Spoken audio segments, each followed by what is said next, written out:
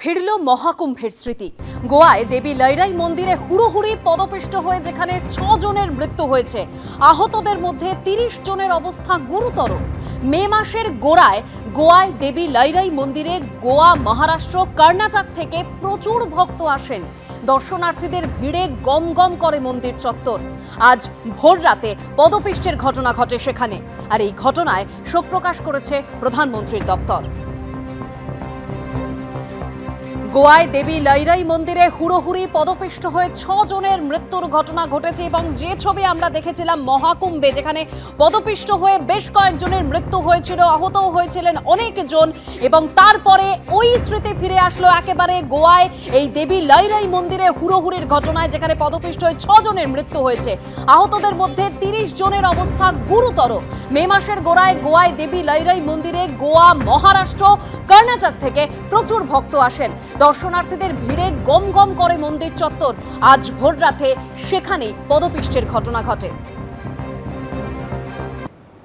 দলের অন্দর থেকে দিলীপ ঘোষের দীঘা যাত্রা নিয়ে আক্রমণের তালিকায় এবার জুড়ে গেল বিজেপি বিধায়ক অশোক দিন্দার নাম।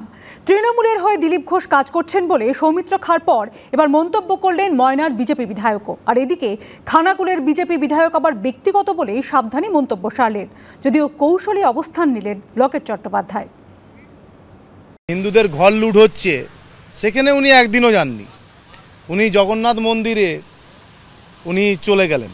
দেখুন, যাওয়ার ব্যাপারটা উনি জানেন, ওনার ব্যক্তিগতভাবে উনি জানেন। দীঘায় জগন্নাথ মন্দিরে পা রাখার পর থেকেই ফের রাজ্য রাজনীতির ভরকেন্দ্রে এসে গিয়েছেন দিলীপ ঘোষ। 10 মিনিট মুখ্যমন্ত্রীর সঙ্গে তার বৈঠকের পর 10 দিক থেকে তাকে আক্রমণ শানাচ্ছেন বঙ্গ বিজেপির একটা বড় অংশ। এই আবহেই এবার দিলীপ ঘোষের দীঘা যাত্রা নিয়ে আক্রমণকারীর তালিকায় নাম জুড়ল ময়নার বিজেপি বিধায়কের। যে সময় হিন্দুরা মুর্শিদাবাদে মরছে, সেই সময় উনি বিয়ে করলেন। এটার মানে এটা হয় যে টিএমসির হয়ে কাজ করা, নিউজটাকে পুরোটাই ডাইভার্ট করা। দিলীপ ঘোষের দিকে আঙুল তুলে বিস্ফোরক অভিযোগও করেছেন ময়নার বিজেপি বিধায়ক।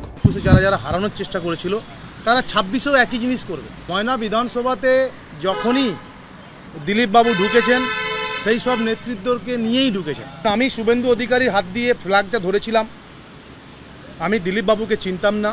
ময়নার বিজেপি বিধায়ক যখন দিলীপ ঘোষের বিরুদ্ধে খড়গহস্ত, তখন পাশে দাঁড়িয়ে সম্পূর্ণ ভিন্ন সুর খানাকুলের বিজেপি বিধায়কের। কার্যত তু তু মে মে। উনি নেতৃত্ব দিয়েছেন, ওনার নেতৃত্বে আমরা কাজ করেছি, আমরা এটুকুই বলতে পারবো, কিন্তু ওনার সাথে যেটা ঘটেছে সেটা উনিই বলতে পারবেন। আমার সাথে হয়েছে, ওর সাথে হয়তো হয়নি। একদিকে যখন ময়নার বিজেপি বিধায়ক দিলীপ ঘোষের বিরুদ্ধে ঝোড়ো ব্যাটিং করছেন, তখন হুগলির প্রাক্তন বিজেপি সাংসদ লকেট চট্টোপাধ্যায় আবার কৌশলী অবস্থান নিচ্ছেন।